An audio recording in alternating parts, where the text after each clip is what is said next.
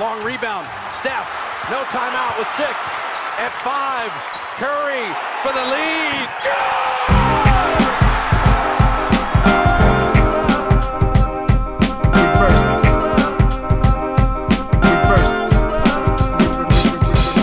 The game's a game. The game's a game. The game's a game. The game's a game. Always. Salut à toutes et à tous, bienvenue dans un nouvel épisode du podcast de l'équipe Reverse Basket Session. Pour ce coup, je suis rejoint avec mon gars sûr, mon acolyte Antoine Pimel, que j'ai pas revu depuis je sais pas combien de temps. Moi, j'étais parti en vacances, lui aussi, toujours aux quatre coins de la planète. Bref, Antoine, ça fait plaisir de revoir ta tête. Comment ça va, toi ? Et oui, bah écoute, ça va, très fatigué. Je suis rentré hier, mais ça va. Et toi ? Et Mais bah, prêt à parler de basket quand même. Eh ben parfait, ouais. Je pense que j'ai les yeux moins cassés que toi pour ce podcast. Voilà, comme vous le savez, donc on est jeudi. Demain, vendredi, commence la Coupe du Monde avec une équipe de France qui sera ambitieuse. Les rendez-vous de l'équipe de France, c'est toujours un petit peu particulier. C'est toujours des moments dont on a tendance à se souvenir longtemps. Plutôt que de faire une preview, vraiment de parler des forces, des faiblesses, comme on a pu le faire déjà un petit peu sur Basket Session, on a décidé avec Antoine de faire un petit peu différemment et de parler un petit peu de nos souvenirs les plus forts. Alors, il y en a qui sont tristes, il y en a qui sont joyeux, il y en a où on a encore envie de mettre des patates dans les murs quand on y repense. Bref, c'est des choses qui nous ont marqué pour la vie, nos plus grands souvenirs de l'équipe de France de basket, de basket uniquement, parce que je vous avoue que si on doit parler d'autres équipes de France, je vais être un petit peu en galère, à part certains grands souvenirs du handball peut-être. Antoine, question un petit peu hyper bateau, d'accord ? On va pas forcément procéder de manière chronologique. Si je te dis souvenir d'équipe de France, quel est le premier qui te vient en tête immédiatement ? Quelle est la campagne qui te vient tout de suite en mémoire ? Alors, je pense que tu m'as dit ça en pensant que j'allais répondre 2013, mais c'est pas du tout 2013, moi. Moi, c'est 2014 pour le coup. 2014, 2015 aussi, pas loin, mais 2014, c'est vraiment pour le coup parce que j'y étais, en fait, en tant que journaliste. Donc, forcément, ça marque beaucoup plus la campagne de Coupe du Monde en Espagne. Celle-là, elle est gravée à vie, je pense, dans ma tête. Et pour le coup, qui était une belle campagne pour l'équipe de France. L'équipe de France qui a terminé 3e, alors qu'il manquait du monde. Il manquait Tony Parker, manquait Nando De Colo. L'équipe de France qui était allée, je me souviens, il n'y avait pas un énorme engouement autour de cette équipe de France qui pourtant était championne d'Europe en titre, du coup.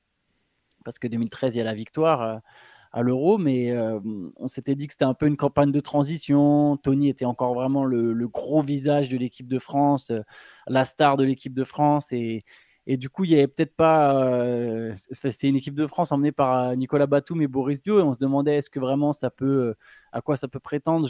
Je me souviens qu'il y avait un peu un espèce de truc autour de se dire viser un quart de finale. Et j'avais trouvé que pendant toute la compète, il y avait vraiment une équipe qui s'était révélée. Et il y avait même un passage de témoins autour des Gobert, des Fournier. Et je trouve que c'était quelque chose qui se sentait vachement. Dès même le premier rassemblement en juillet, en fait, pour le coup, j'étais aussi allé à Paris. Et voilà, d'avoir vraiment vu ce groupe naître et se développer et se construire, moi, personnellement, ça m'a fait quelque chose. Après, j'ai d'autres anecdotes sur la compétition, mais c'est le tournoi qui m'a le plus marqué, perso.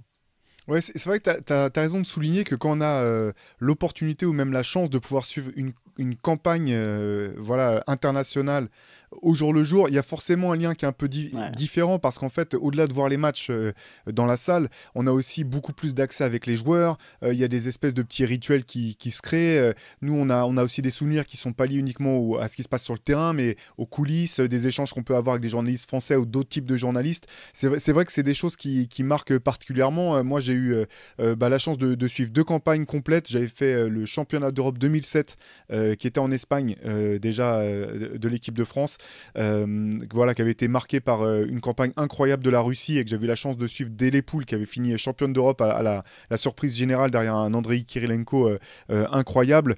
Et puis 2012 aux Jeux Olympiques, là c'est vraiment pour moi, c'est quand même, ça reste le sommet de ma carrière journalistique entre guillemets, des événements auxquels j'ai pu assister. Voilà, j'avais pu faire toute la campagne équipe de France garçons et filles, puisque les filles avaient été jusqu'à la médaille d'argent. C'était vraiment campagne incroyable. C'est vrai qu'il y a toujours une saveur un petit peu particulière quand on est sur place. Ce qui est triste pour ce que je vais répondre à la question que je t'ai posée au début, c'est que pour quelqu'un de ma génération, donc je suis un petit peu plus âgé que toi, les souvenirs d'équipe de France qui me reviennent en tête sont avant tout les plus douloureux, en fait, parce que durant ma jeunesse, l'équipe de France faisait pas forcément des merveilles sur la scène internationale. Il y a bien sûr eu la médaille d'argent 2000 aux Jeux Olympiques. Qui m'a marqué aussi, perso, moi, celle-là. Voilà. Je l'ai suivi plus jeune, mais je l'ai suivi, celle-là. Bien sûr, campagne extraordinaire.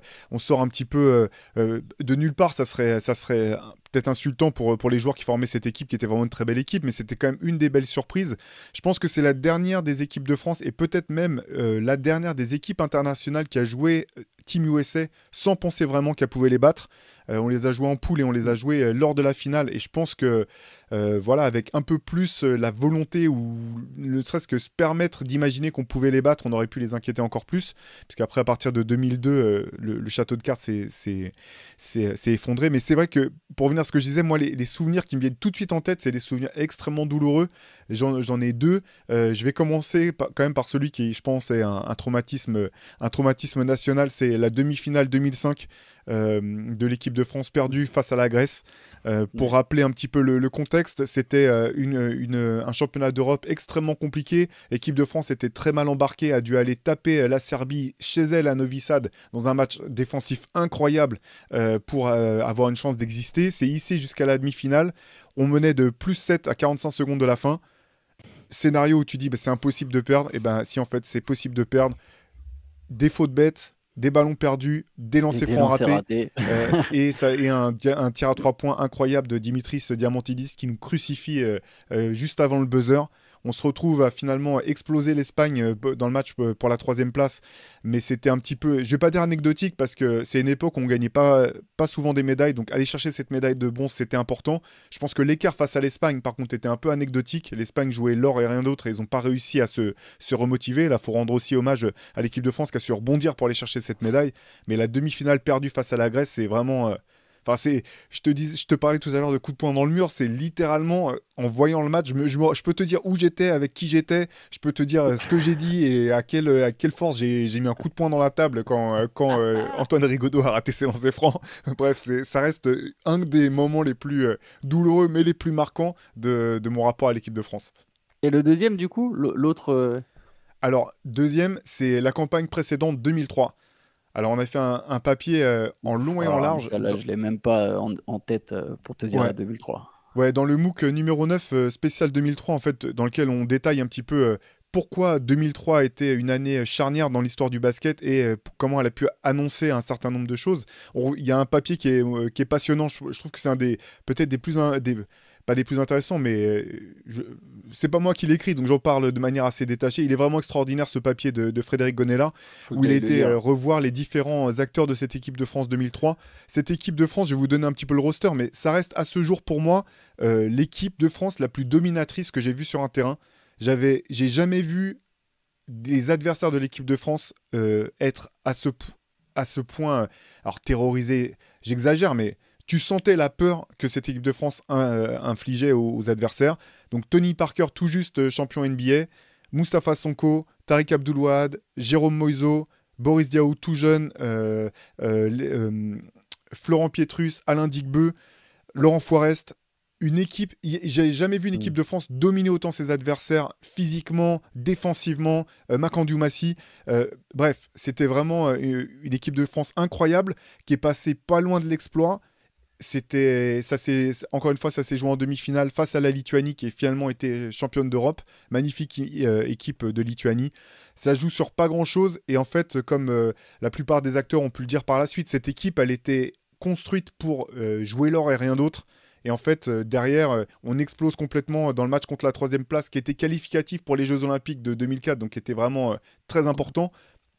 Finalement, on perd contre l'Italie qu'on avait atomisé là aussi en poule de 35 points de mémoire.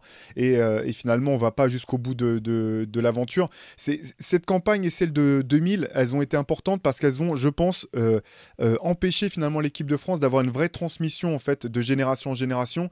2000, après la médaille d'argent, c'est pour des histoires internes, des histoires de primes pas payées aux joueurs qui fait qu'un certain nombre de joueurs de l'équipe de France ont décidé de prendre leur retraite à ce moment-là. Antoine Rigaudot notamment qui a fini finit par revenir, mais je pense aussi à Rizaché, par exemple, qui est parti, qui est jamais revenu. Et 2003, l'équipe a complètement explosé. Tariq était revenu, il est plus jamais revenu. Jérôme Moïso, pareil. Ce qui fait qu'après, il y a eu vraiment un changement de garde un petit peu obligatoire. Et ça reste aussi douloureux parce qu'en fait, cette équipe, elle avait vraiment... elle était vraiment talentueuse, elle était vraiment dominatrice et derrière cette explosion en 2003, je pense ça fait beaucoup de mal derrière, même si en 2005, comme je disais juste avant, on a finalement réussi à aller chercher le bronze, mais un succès lors de cette campagne, je pense, aurait vraiment été aurait permis comment dire, de lancer l'équipe de France plus vite sur les rails de la réussite. Ouais, parce que finalement, aujourd'hui, il y a plus ce problème de transmission. La transmission, elle s'est super bien faite depuis plus de 10 ans maintenant. Il y a quand même un autre échec, justement, de cette génération, enfin, de la génération suivante, des Parker Duo Batum, c'est le 2015. Je sais pas, du coup, celui-là, du coup, tu as peut-être moins marqué. Bah, toi, tu étais sur place. Moi, j'y étais. Alors, j'y étais, donc ça m'a marqué, mais surtout, en fait, c'est ce qui fait l'enchaînement avec 2014, c'est que 2014, donc l'équipe de France, elle est nettement moins attendue et au final, elle sort l'Espagne chez elle.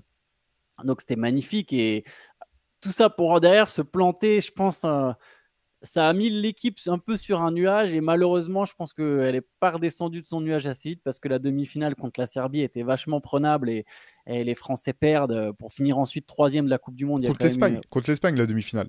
Non, ils sortent l'Espagne en quart en 2014. Je parle, pardon, je suis sur 2014. Oui, je suis d'abord sur 2014 qui va mener à 2015. Sur 2014, justement, la France perd contre la Serbie après avoir sorti l'Espagne.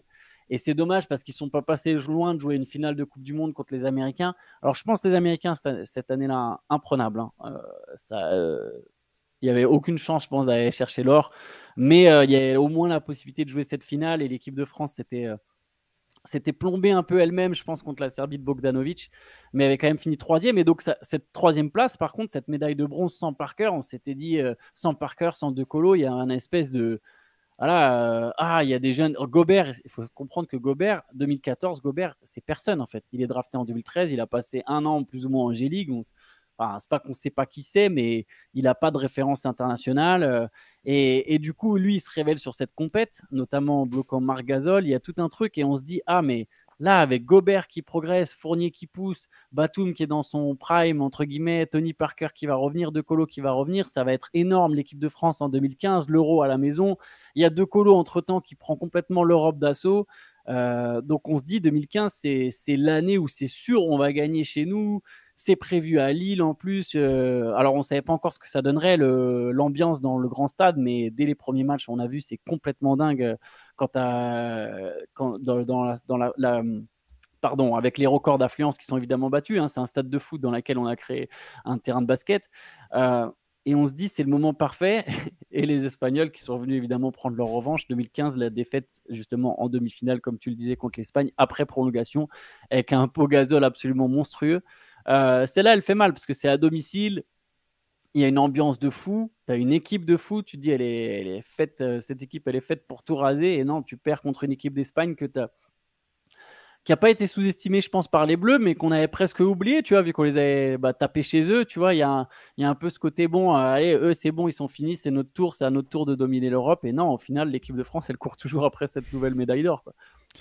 Non, mais je pense que tu as raison dans le fait où on a cru qu'en 2013, avec le titre de champion d'Europe, il y avait eu un changement de garde en fait. Et qu'on avait pris l'ascendant sur l'Espagne et que c'est souvent comme ça. Il y a des nations qui sont émergentes avec des générations dorées. L'Espagne, on a eu on ne sait plus combien. Et bien à un moment, la génération commence à diminuer, puis il y a une autre équipe qui prend l'ascendant. On a cru que c'était ça. Effectivement, c'était pas le cas. La preuve, l'Espagne est toujours championne d'Europe en titre à l'heure où on parle. Ils sortent du monde aussi. Ouais, donc voilà, on sort tout de suite de... On sort... ils sont toujours dans leur prime quelque part. Ce qui était dur avec cette demi-finale, parce que pour le coup, j'ai pas assisté à toute la compétition, mais on était dans la salle. Donc toi, tu y étais pour couvrir l'événement et on était venu aussi avec nos deux autres collègues, Julien Deschutner et Guillaume Laroche. On était dans la salle pour cette demi-finale. C'était un match accroché de bout en bout, comme tu dis, victoire en prolongation et il a fallu un Pau Gasol historique, je pense, pour venir au bout de l'équipe de France. Moi, ce qui m'a fait mal dans cet échec, c'était que tu as parlé de Nando De Colo. Pour moi, c'était indiscutablement le meilleur joueur de l'équipe de France toute cette campagne. Le ballon était dans ses mains sur quasiment tous les matchs. C'était lui qui était le principal créateur, initiateur du jeu. Et cette demi-finale, je m'en rappelle très bien. Sur la fin de la demi-finale, ce qui se passe, c'est qu'on n'arrive plus à marquer et c'est pas lui qui a les ballons. C'est pas lui qui a les ballons et on joue un peu en marchant, en revenant, on a l'impression, puis je vais te laisser commenter parce que tu étais encore plus proche du terrain que moi, mais comme si on était revenu quelques années en arrière avec Tony Parker qui a la balle, tout le monde qui regarde Tony Parker en disant bah, vas-y, c'est toi le patron, va chercher la victoire. Je pense qu'en fait, 2015, le timing c'est le timing qui pose problème en fait là à ce niveau-là, parce que moi je suis d'accord alors pour le coup, pour avoir suivi dès le premier tour du coup l'équipe de France dès Montpellier, Nando De Colo c'est l'ascension de De Colo qui ensuite est le De Colo qui domine complètement l'Europe et l'Euroleague pendant quelques années, que ce soit avec le Fener, avec le CSK. Ouais, exactement. Et c'était vraiment le début du grand De Colo. Sauf qu'évidemment 2014 il n'est pas là, donc 2015 on le sent hein, dès les premiers matchs, effectivement on se dit mais c'est l'équipe de De Colo, mais c'est tout nouveau. Et le problème quand c'est tout nouveau, surtout quand au final il y a quand même donc De Colo, joueur qui en NBA n'a pas percé, même si on sait que voilà, c'est un cadre de l'équipe de France, c'est un joueur connu de l'équipe de France, il y a une forme de révélation presque sur le tard, en tout cas en tant que patron. Je ne sais pas si tu es d'accord avec ce que je viens de dire. Tu vois. C'est pas, on sait qu'il est bon, De Colo, ce n'est pas le problème. Mais là, en tant que patron, c'est le début. Et à côté de ça, tu as un mec, Tony Parker, qui a été le patron de l'équipe pendant 10 ans, qui a 5 titres de champion NBA à ce moment-là.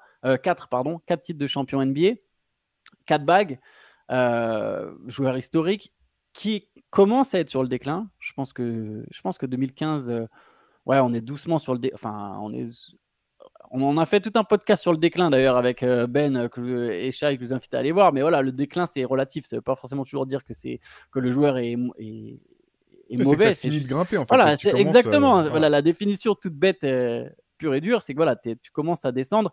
Et effectivement, je pense qu'au niveau du staff et de l'équipe et peut-être en tout cas de beaucoup de monde, il y a eu le côté de se dire face à l'adversité, on se tourne vers ce qu'on connaît depuis longtemps. Et c'est là où je dis que le timing, je pense que si De Colo avait eu une autre compète comme ça déjà dans les jambes, on aurait plus facilement osé donner la balle à Nando De Colo. Tu vois, et à se dire allez, c'est lui notre patron. Je pense que là, il n'y avait pas encore malgré le fait que voilà, sur les 6 matchs d'avant, c'est De Colo qui domine.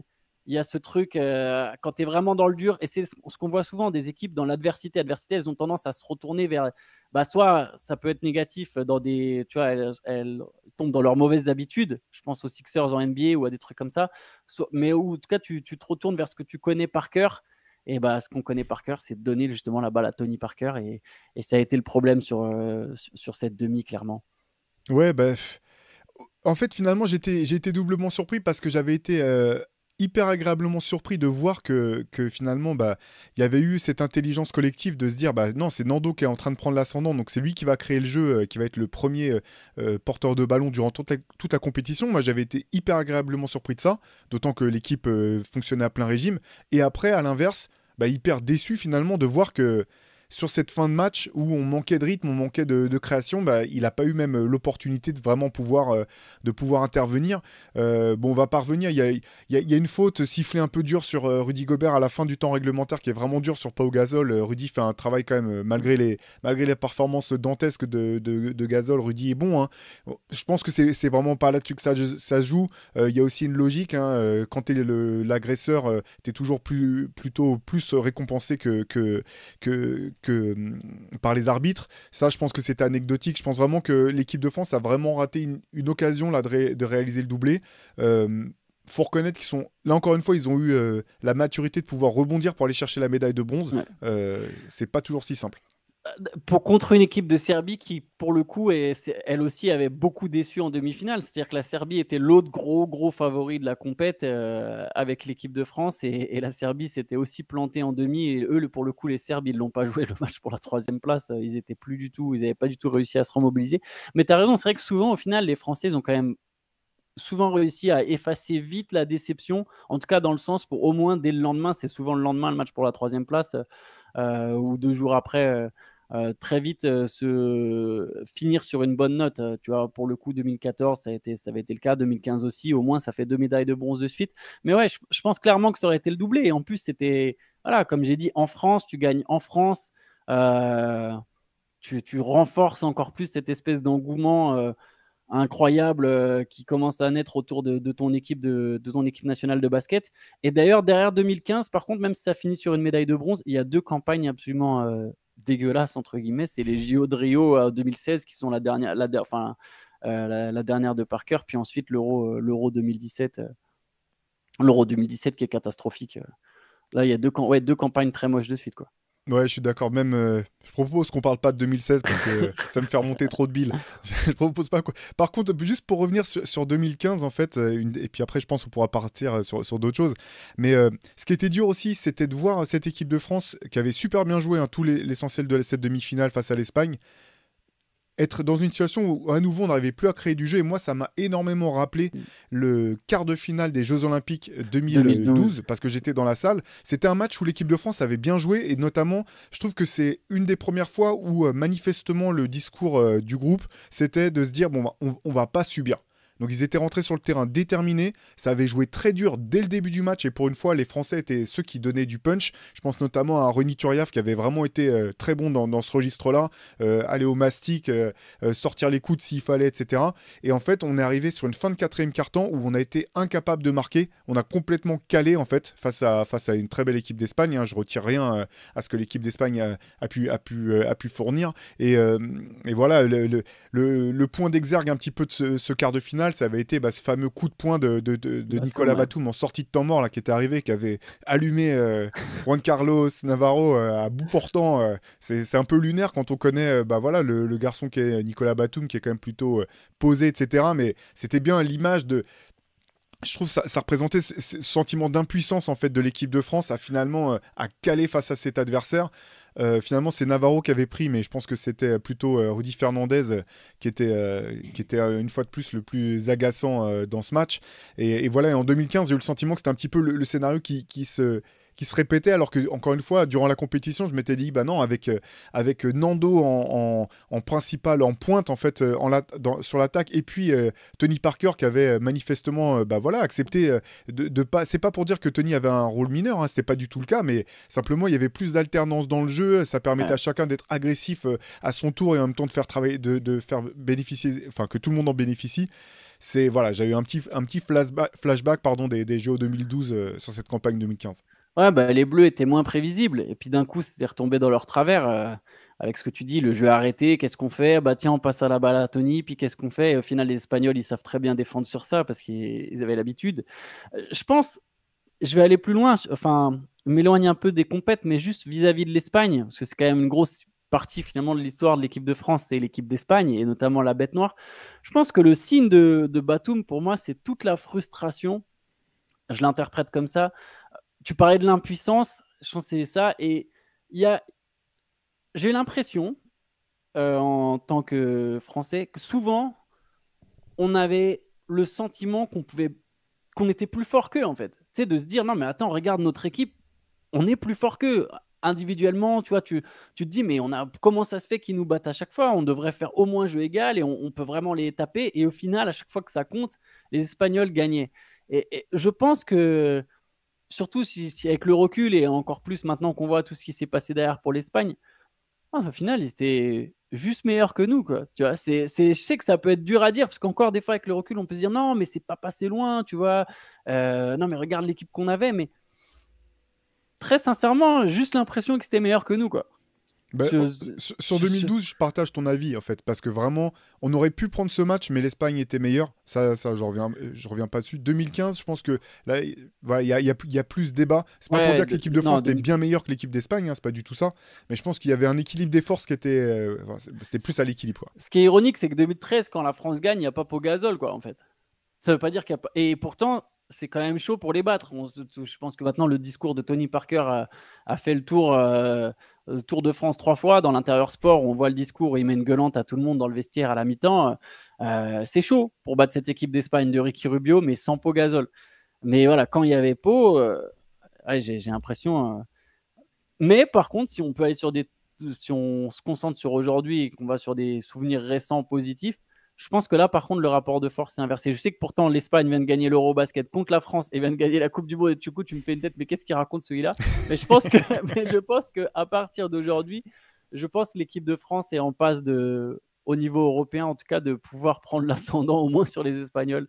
Voilà, j'en profite pour le glisser, je le mets. Beaucoup de gens me disent non, mais vous aimez l'Espagne. Je pense que l'Espagne, là, par contre, va entamer peut-être. Alors, on verra parce qu'ils ont toujours des jeunes qui poussent, mais là, sur leur équipe de cette année, j'ai l'impression que l'équipe de France, il y a quand même un truc qui se construit sur les années récentes, que ce soit la Coupe du Monde 2019 où l'Espagne gagne pour le coup, où la France termine 3e, les Jeux Olympiques où la France termine 2e, l'Euro où la France termine 2e. J'ai l'impression que voilà, ces compètes récentes, pour le coup, elles ont été beaucoup plus. Même si, tu vois, les JO, si on parle de nos rapports un peu à ce qu'on a vécu, les JO de Tokyo, tu sens qu'il y avait vraiment moyen de taper les Américains quand même.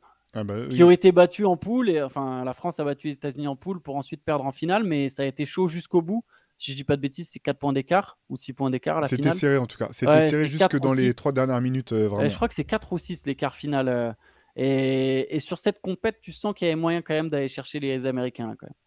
Non, mais complètement, tu as raison. Parce qu'en fait, ce qui se passe depuis ces dernières années, c'est pas qu'on joue une médaille, c'est qu'on joue la médaille d'or systématiquement. En fait. Ça veut pas dire qu'on la chope à chaque fois, comme tu viens de le noter. Mais par contre, il y a des ambitions qui sont en rapport avec nos aptitudes, nos capacités, je pense. Et il y a une habitude à aller chercher des médailles. C'est pour ça, je vais revenir un petit peu en arrière, parce qu'on a surtout parlé forcément voilà, des moments durs, mais les moments qu'on fait kiffer aussi. Il y a 2011. Alors, on finit pas avec la médaille d'or. Mais cette médaille d'argent perdue contre l'Espagne une fois encore en finale, il y avait déjà un goût de réussite vraiment dans cette campagne. C'est la seule à laquelle est participé Joachim Noah. Il y avait une équipe vraiment attachante et les débuts de ce qu'on connaît aujourd'hui, je pense que ça s'est quand même créé en 2011. C'est à partir de ce moment-là qu'on s'est dit, bah non, maintenant on veut jouer vraiment l'or systématiquement, c'est l'or l'objectif. Et on a des joueurs et un savoir-faire qui nous permettent d'avoir vraiment ces ambitions-là. Et puis voilà, 2013, t'en as parlé, ce comeback incroyable face à l'Espagne, on est mené à la mi-temps, et puis le speech dont tu parlais de Tony Parker, et puis en gros l'équipe qui a réagi, parce que Tony Parker a été très bon, mais ça a été une réaction d'orgueil, et je pense que pour le coup, cette fois-ci, c'est l'Espagne qui nous avait pris de haut en se disant bon bah c'est comme d'habitude, de toute façon ils sont ambitieux, ils ont des joueurs NBA, mais on va les battre. Et ils s'attendaient pas du tout, je pense, à ce qu'on puisse aller les chercher sur ce qui fait toujours leur marque de fabrique, la fameuse grinta, le fait d'être dur, de prendre des shoots un petit peu en rupture quand il le faut. Je pense à Thomas Hurtel, je pense à Antoine Dio qui avait été très bon aussi dans tout ce comeback. C'était ouais, là pour le coup en 2013, je pense que, et à juste titre quelque part, hein, je blâme pas l'Espagne de nous avoir pris de haut sur cette compétition-là, hein, ils étaient habitués à nous battre finalement, mais c'est à partir de là qu'on s'est dit ouais, bah, c'est fini maintenant.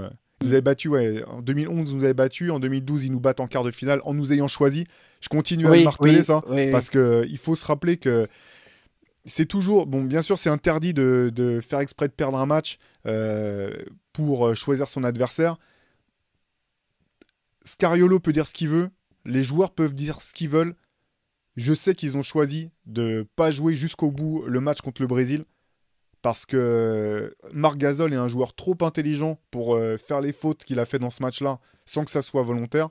Ils nous avaient choisis et je pense que c'était aussi pour ça que derrière le coup de poing de Nicolas Batum, il y avait aussi de ça en fait. Il y avait ce côté, ils nous ont choisis, ils veulent jouer contre nous, ben on va leur montrer qu'ils ont eu tort, et finalement bah, sur ce coup-là c'est passé pour l'Espagne, mais ouais, moi enfin j'ai vu ce que j'ai vu. Non mais je comprends tout, mais quelque part ils ont même pas aligné à l'époque. Il y a quand même une équipe de Team USA, eux ils sortent d'une finale contre Team USA en 2008 en tout cas pour les JO d'avant, contre une grosse équipe de Team USA, ils ont finalement réussi à les jouer les yeux dans les yeux.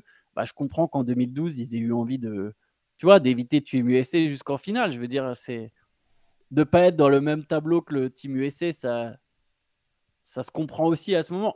De nos jours, ça serait différent. Je pense que le Team USA fait moins peur sur les compètes. Mais là, 2008-2012, tu as des grosses équipes et pourtant, les Espagnols les jouent. Hein, les jouent vraiment, et 2012, ça se joue à pas grand-chose. Hein. Complètement, ouais. C'était moins basket champagne incroyable qu'en 2008, Mais par contre, c'est une finale de très très haut niveau qui s'est jouée encore une fois jusqu'au bout, quoi. Jusqu'au bout. Donc bon, ça se tient aussi. Par contre, oui, je suis d'accord avec toi, il pourrait le reconnaître en fait, plutôt que de nous faire le coup de non, c'était pas calculé. Surtout ce qui m'avait choqué, moi, vraiment ce qui m'avait choqué, parce que j'étais allé à la conférence de presse d'après le match, c'était l'air offusqué qu'avait eu Scariolo quand on lui avait posé la question. Vraiment, t'avais l'impression que tu venais d'insulter sa mère et ses grands-parents devant tout le monde, quoi. Limite, tu disais, il va dire aux journalistes, bah viens, si t'es sûr, viens, on sort et on règle ça dans une pièce tous les deux. C'est très bon communicant, quoi, mais bon, on sait comment ça marche. C'est le jeu, effectivement. C'est un jeu auquel l'équipe de France a quand même régulièrement refusé de participer. Ouais. Voilà. Après, certainement que les ambitions finales justifient tous les moyens. C'est des questions un petit peu de philosophie, un petit peu d'état d'esprit. Quand je dis ça, je le dis pas de manière amère pour fustiger les choix qu'ont fait l'Espagne. Hein, c'est pas du tout ça. C'est juste, voilà, c'est... Chacun est libre de voir ce qu'il veut derrière ce type de choses, quoi. S'il y a pas de... J'aimais pas de jugement de valeur. Je sais que je donne l'impression d'en émettre un énorme, mais c'est pas ce que je voulais dire. Non, mais t'inquiète. De toute façon, personne ne reprochera de taper un peu sur l'Espagne. C'est ça. Du moins, on va pas traduire notre podcast en espagnol, donc c'est bon, ça devrait être bon. Et puis, bah oui, on peut revenir quand même peut-être sur les résultats récents, là. Ouais. Tu disais, donc, 2019 à l'Euro 3e, si je dis pas de bêtises, 2021... Pardon ? Coupe du Monde 3e. 2019, c'est une Coupe du Monde. Oui, Coupe du Monde, pardon. Coupe du Monde. 3e à la Coupe du Monde 2019. Et derrière, 2 médailles d'argent. Une donc en 2021 aux Jeux Olympiques face à Team USA, une plus douloureuse au Championnat d'Europe face à l'Espagne. Je sais même pas si elle est douloureuse. Après, c'est mon avis personnel, mais déjà d'être allé jusqu'en finale, c'était. C'est vrai. Il faut se souvenir de cet Eurobasket. Il y a... Pardon. Un avion qui apparemment va atterrir. Je sais pas si vous l'entendez. Non, pardon. Il est dans ta tête ce que tu penses déjà des prochaines vacances. mais oui, l'Eurobasket 2022, il y a les qualifications in extremis contre la Turquie et contre l'Italie, et j'ai presque envie de dire miraculeuses. Du coup, aller en finale, et cette équipe de France, c'est la différence, par exemple, avec la Coupe du Monde qui va débuter demain. Je trouve que l'équipe de France a un vrai plancher. Au-delà, en plus d'avoir un bon plafond, elle a un plancher. Je trouve que ça joue mieux au basket. J'ai l'impression qu'il y a une vraie bonne équipe. On a écrit un papier qui est écrit par Benjamin Mouglèche sur Basket Session sur pourquoi l'équipe de France peut et doit viser l'or.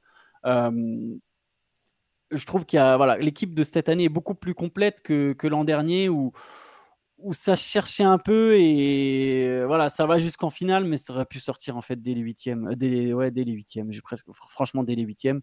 Donc, c'est le match contre la Turquie qui nous permet d'exister. Et contre l'Italie, c'est le même scénario au final. Et le même scénario qui se reproduit avec in extremis dans les dernières secondes, les Italiens qui se plantent et miraculeusement une qualification. Après prolonge, je crois d'ailleurs contre l'Italie, hein, pour le coup. L'un des deux, je sais plus. Je me demande si c'est pas la Turquie la prolongation, mais je me rappelle plus à coup sûr. Moi non plus, j'ai un petit doute.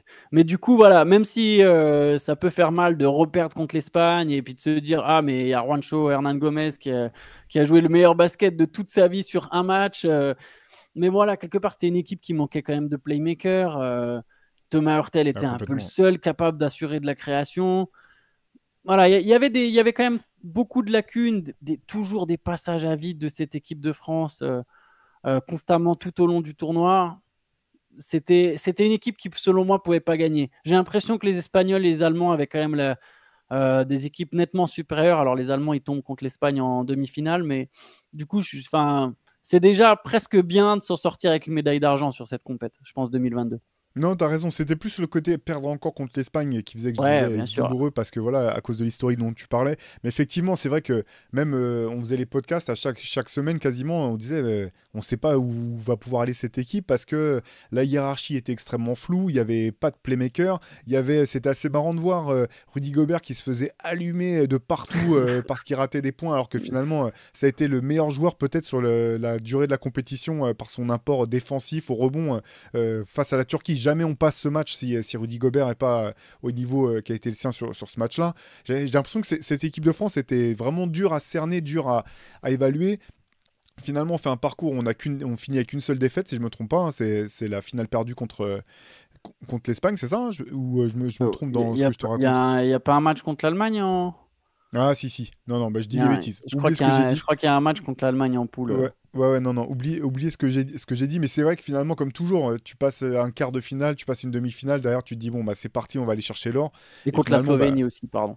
Voilà, je dis n'importe quoi, et cette équipe d'Espagne avait été bien plus régulière, bien plus... Voilà, jouer mieux au basket collectivement, tout simplement, que notre équipe de France sur cette compétition. Par contre, voilà, c'est vrai que tu faisais la comparaison avec la Coupe du Monde qui va débuter demain. J'ai l'impression que là, sur la préparation, c'est quand même, il y a quand même justement une hiérarchie d'équipe, un mode de fonctionnement qui est bien plus clair au moment où la compétition va débuter que ce n'était le cas en 2022, quoi. Et je trouve que même dans le jeu, alors créer du jeu, ça c'est pas souvent le point fort de l'équipe de France. Mais je trouve que voilà, il y a quand même certaines séquences qu'on a vues en préparation. C'est des années-lumière de ce qui se faisait sur l'Eurobasket 2022, quoi. Il y a de la recherche de l'extra-pass. Je sais pas, il y a quelque chose. Je trouve vraiment, j'ai l'impression que 2023, c'est effectivement, il y a des points communs avec 2022, des points communs positifs, notamment au niveau de la taille, du physique, etc. Mais avec une vraie upgrade, quoi. On a fait une mise à jour, on a ajouté les fichiers manquants, et là, je trouve qu'il y a vraiment une équipe. Là, moi, je suis adversaire de l'équipe de France à la Coupe du Monde. Là, ça me ferait peur quand même. Je ne serais pas rassuré. On parlait des calculs. S'il y a des calculs à faire, je préfère ne pas affronter l'équipe de France. Et je pense qu'avec ses qualités, je sais que du coup maintenant je parle du présent, mais je trouve qu'avec ses qualités actuelles, l'équipe de France est celle qui, selon moi, avec les Australiens, mais je dirais que l'Australie est très forte. L'Australie, par exemple, peut battre la France, mais je ne suis pas sûr que les Australiens y battent les Américains. Tu vois, pourtant, ils ont aussi des qualités athlétiques, il y a aussi quelque chose. Mais je ne suis pas certain que les Australiens battent les Américains, même si l'Australie est peut-être la deuxième meilleure équipe du tournoi. Enfin, non, pour moi, c'est la France qui est là. Je dirais que la France est vraiment celle qui est le plus armée pour aujourd'hui battre les Américains et remporter l'or. Je trouve qu'il y a un mélange de taille, de qualité individuelle et du coup de collectif un peu de ce que j'ai vu, de défense évidemment toujours, qui me laisse penser que cette équipe peut vraiment gagner le tournoi. Ouais, c'est intéressant ce que tu notes parce que c'est vrai aussi que je pense que y a des joueurs qui ont beaucoup appris l'an dernier et que ça s'est transmis sur la campagne de cette année. Je pense à Gershon Yabusele qui a eu un rôle vraiment important l'an dernier et puis derrière on a senti une espèce de montée en puissance aussi de son côté. Maintenant c'est un cadre indispensable de l'équipe de France. Et du coup c'est vrai on a beaucoup parlé des joueurs, on a parlé des campagnes. Faut quand même, je pense, dire un mot sur Vincent Collet. Une des forces de cette équipe de France, et ça c'est indubitable je pense, c'est la capacité à avoir pu travailler dans la continuité. Pendant des années, c'était un petit peu, comment dire, les portes à battants, là, les portes à battants pour les coachs qui arrivaient, qui faisaient une campagne ennemie, qui repartaient. Je pense à Alain Weiss, on a parlé de 2003, là, finalement, il va pas jusqu'au bout. Derrière, il est remercié. Derrière, il y a Bergeau qui prend le relais, qui va chercher cette médaille de bronze dont on a parlé en 2005, et puis derrière, campagne catastrophique en 2007, championnat d'Europe en Espagne, finalement il est remercié. Il y a eu tout le temps beaucoup de va-et-vient, et c'est vrai que depuis que Vincent Collet est à la tête de cette équipe de France, il y a quand même une continuité. Il n'y a pas eu des médailles systématiquement, mais on n'a jamais gagné autant de médailles régulièrement en équipe de France que depuis qu'il est là. C'est conjointement avec le niveau de nos joueurs aussi, bien entendu. Oui. Mais ça, je pense que c'est quand même aussi un énorme avantage par rapport à d'autres sélections où c'est pareil, les sélectionneurs changent beaucoup. On pourrait dire la même chose quelque part du côté de l'Espagne. Alors tous les succès ne sont pas à mettre au crédit de Scariolo. Et quand il est là, ça gagne. Quand il est là, ça gagne. Ils ont gagné avant sans lui. Mais c'est vrai qu'il y a aussi toujours cette notion de continuité. Et Vincent Collet, sur la scène internationale, est quand même apprécié, reconnu pour ce qu'il est capable de faire. On sait, Greg Popovich en a parlé à plusieurs reprises, du respect qu'il avait pour Vincent Collet. C'est pas le seul coach. Et ça, je pense aussi que c'est une donnée importante pour l'équipe de France. Oui, puis en plus, je trouve que Vincent Collet, quand même, alors il a eu des moments, il a été critiqué, il y a eu des moments de doute, et notamment après 2017 qui est un fiasco total, 2016 c'était déjà pas joli, 2017 est un fiasco total, et derrière, 2019 ça rebondit, mais après 2017 il y a eu aussi cette idée de se dire est-ce qu'il ne faut pas changer, est-ce qu'il ne faut pas maintenant mettre du sang neuf, et au final je trouve qu'il arrive quand même pas à se réinventer, ça serait trop fort comme terme, mais à ajouter des petites touches, et à évoluer lui aussi en même temps que son groupe. Et du coup, ça aussi, c'est très intéressant. J'ai moi-même déjà hâte de voir ce qu'il va faire avec Wembanyama. Alors, ça ne sera pas pour cette année du coup, mais sans doute dans un an aux Jeux Olympiques, où la France aura d'ailleurs une grosse pression. Je pense que la France aura une vraie chance aussi là de médaille, et notamment de médaille d'or, même si à mon avis, les Américains vont envoyer du très lourd. Mais ouais, je trouve que c'est très intéressant la continuité dont tu parles. Et dans cette continuité, je trouve qu'il y a quand même de l'évolution, mine de rien, dans son staff et chez Vincent Collet. Et bah, je pense que c'est un des ingrédients majeurs pour gagner et pour avoir une équipe de France qui perdure de toute façon. Ouais, surtout voilà, dans ces compétitions, on sait qu'il suffit de passer à côté pendant un quart-temps ou même pendant 3 minutes d'un quart-temps pour que ta campagne s'écroule. Hein. Ça n'a rien à voir avec des playoffs où tu peux rater un match et te reprendre les suivants. On sait à quel point, même dès les phases de poule, la moindre défaite est hyper importante. J'avais une autre question pour toi, Antoine, un petit peu. Je me demandais quels étaient, toi, les joueurs qui t'avaient le plus fait vibrer du côté de l'équipe de France. Ouais, tout simplement. Voilà. Est-ce qu'il y en a en particulier pour qui t'as Boris Dio. Boris Dio, premier nom qui me vient en tête, là, sans aucun doute. Boris Dio, pour tout ce qu'il incarne. D'ailleurs, au niveau du maillot bleu, après, bon, Boris Dio, c'est spécial. On devrait faire tout un podcast sur Boris Dio. On pourrait sans problème. Pourrait vraiment. Parce que même en équipe de France, en fait, je partage le même constat que j'ai sur le mec. C'est me dire à la fois j'ai adoré et à la fois des fois je me dis mais Boris Dio, s'il avait fait ça ou ça, qu'est-ce que ça aurait été quoi. Je me dis ça aurait pu être un joueur mais tellement énorme en FIBA. Mais bon, Boris Dio, c'est spécial. Et du coup, Boris Dio m'a énormément fait vibrer. Et Nando De Colo, on en a beaucoup parlé. Mais sur cette campagne de 2015, pour le coup, de voir vraiment l'éclosion de Colo en tant que patron, c'était beau. C'est un joueur que je trouve magnifique à regarder jouer, pour le coup. Tellement intelligent, tellement techniquement doué. Très, très, très sympa. Pour le coup, c'est obligé, je suis désolé, mais c'est obligé de rentrer en compte, vu qu'on a la chance de pouvoir... alors, pour le coup, l'équipe de France est vernie parce qu'il y a vraiment des mecs sympas en équipe de France. C'est clair. Ce groupe, voilà, nous, on a la chance de pouvoir partager des moments avec eux, de les voir en dehors du terrain, de les voir discuter entre eux, de les voir discuter dans des cadres même autres qu'interview avec nous, de les voir évidemment en interview, de les voir après les matchs. Il y a vraiment un groupe. Quand tu le suis de près, tu as envie de supporter cette équipe de France. Et voilà, ceux qui nous suivent peut-être sur YouTube le savent qu'à un moment, je ne suis pas forcément chauvin, je ne suis pas patriote, je ne suis pas dans ces trucs-là. Mais c'est vrai que quand tu suis cette équipe de France de près, ces personnalités, il y a vraiment plein de mecs sympas, que ce soit les Kaudi, Gobert, etc., Fournier, tous sont intéressants d'une manière ou d'une autre, je trouve. Mais bon, voilà, Dio et De Colo sont ceux qui m'ont fait le plus vibrer. Je réfléchis, est-ce qu'il y en aura un autre en particulier ? Toujours eu de l'amour pour Michael Gelabal, mais je sais que toi aussi, donc je vais te laisser en parler. Voilà, ça, c'est les premiers noms qui me sont venus en tête. Ouais. Après, si tu remontes à plus ancien, il y a Mustapha Sonko quand même. Mais bon, là, ça fait un peu plus vieux. Là, le GOAT. le GOAT francilien, clairement. Non, mais je partage, en fait, je voulais d'abord rebondir sur ce que tu disais, sur le fait qu'on ait de la chance, et c'est vrai aussi des équipes de France féminines. On a des athlètes de haut niveau dans notre sport qui représentent le maillot, qui sont adorables, vraiment, qui sont simples d'accès, qui sont simples, et quand je dis simple, bien sûr, c'est de manière positive. Hein, dans le bon sens du terme. Exactement. Et dans De Colo, il incarne tout ça. Moi, je vais rebondir, je vais dire comme toi, en fait. Je pense que c'est le joueur français qui m'a le plus fait vibrer. Et au-delà de son talent incroyable, il a ce mix que moi, je trouve inédit, en fait. C'est de pouvoir être à ce point un compétiteur, d'être à ce point talentueux, fort et performant, et d'être à ce point simple.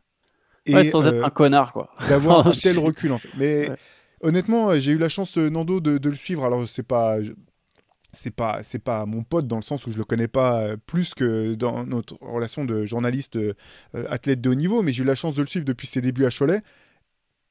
C'est pas pour dire qu'il a pas changé. Bien sûr, on évolue, on change tous en tant que personne.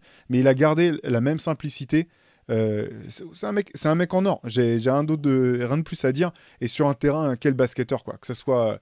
Parce que souvent, c'est vrai que c'est pour ça aussi qu'on l'avait sollicité. C'était le rédacteur en chef de notre MOOC numéro 10 spécial Playmaker, parce que pour nous, il incarnait un petit peu tout ça. Et souvent, quand on pense à Nando, on pense à son intelligence de jeu, mais il a un talent balle en main je veux dire, moi, je le mets face à quasiment n'importe qui. Il a ces espèces de choses, c'est un peu intangible où tu te dis, ça s'apprend pas en fait. T'es né avec ou t'es pas né avec.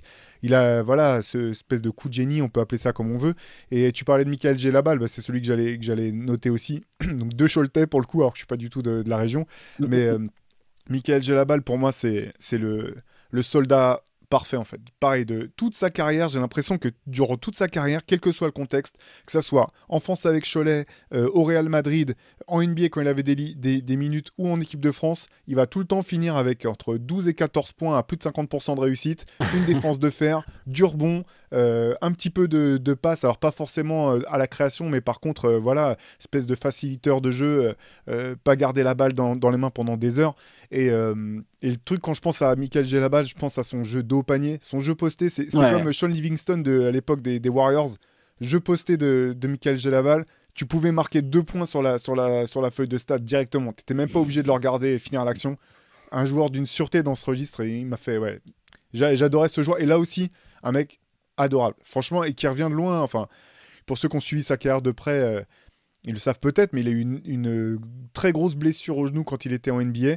De laquelle il a failli ne pas revenir du tout, ne pas pouvoir revenir du tout. Et finalement, après une longue traversée du désert, il a réussi à vraiment retrouver le très haut niveau, notamment avec l'équipe de France, faire un palmarès incroyable. Il a été de tous les bons coups, quasiment, ou pas grand-chose. Ouais, super joueur. Mais tu as raison de parler de...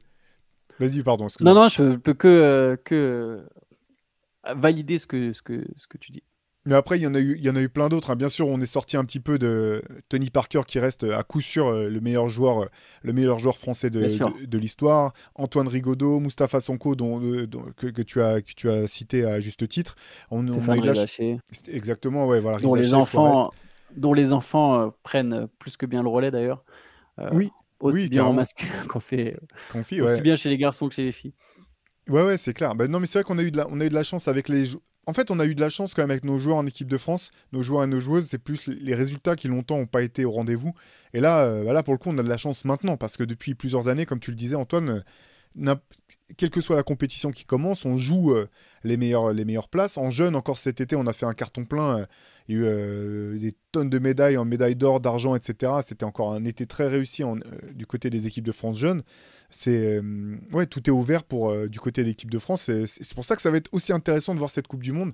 Encore une fois, comme tu disais, je pense que l'équipe de France se positionne parmi les favoris et sur le papier, en tout cas, figure parmi les favoris. Ça va être la question, ça va être voir comment ça se passe dès les premiers matchs. On n'arrête pas d'y revenir, mais le match de demain face au Canada sera déjà très important. Donc, on se demande ce que ça va donner, quoi. On a hâte. Tout de suite, un gros test, et clairement, c'est sûr qu'on a hâte. Il y a un vrai truc à aller chercher. Ouais, carrément. Écoute, je te propose qu'on referme ce podcast là-dessus, Antoine. Ça m'a fait plaisir de te voir. Demain, nous, on sera derrière nos écrans pour vibrer comme l'équipe de France. J'imagine que derrière l'équipe de France, j'imagine que ce sera le cas pour vous. Sachez qu'on va suivre la Coupe du Monde vraiment de manière très pointue sur Basket Session. Vous aurez les récaps des matchs, les analyses. On fera aussi, que ce soit dans le CQFR, dans les podcasts ou même sous d'autres formes. Vous verrez, on reviendra en détail sur tout ce qui va se passer dans les semaines à venir. Nous, on vous donne rendez-vous de toute façon tous les matins du lundi au vendredi pour le CQFR et très vite pour un nouveau podcast. Passez une bonne journée et bonne Coupe du Monde à tous. Ciao. Ciao.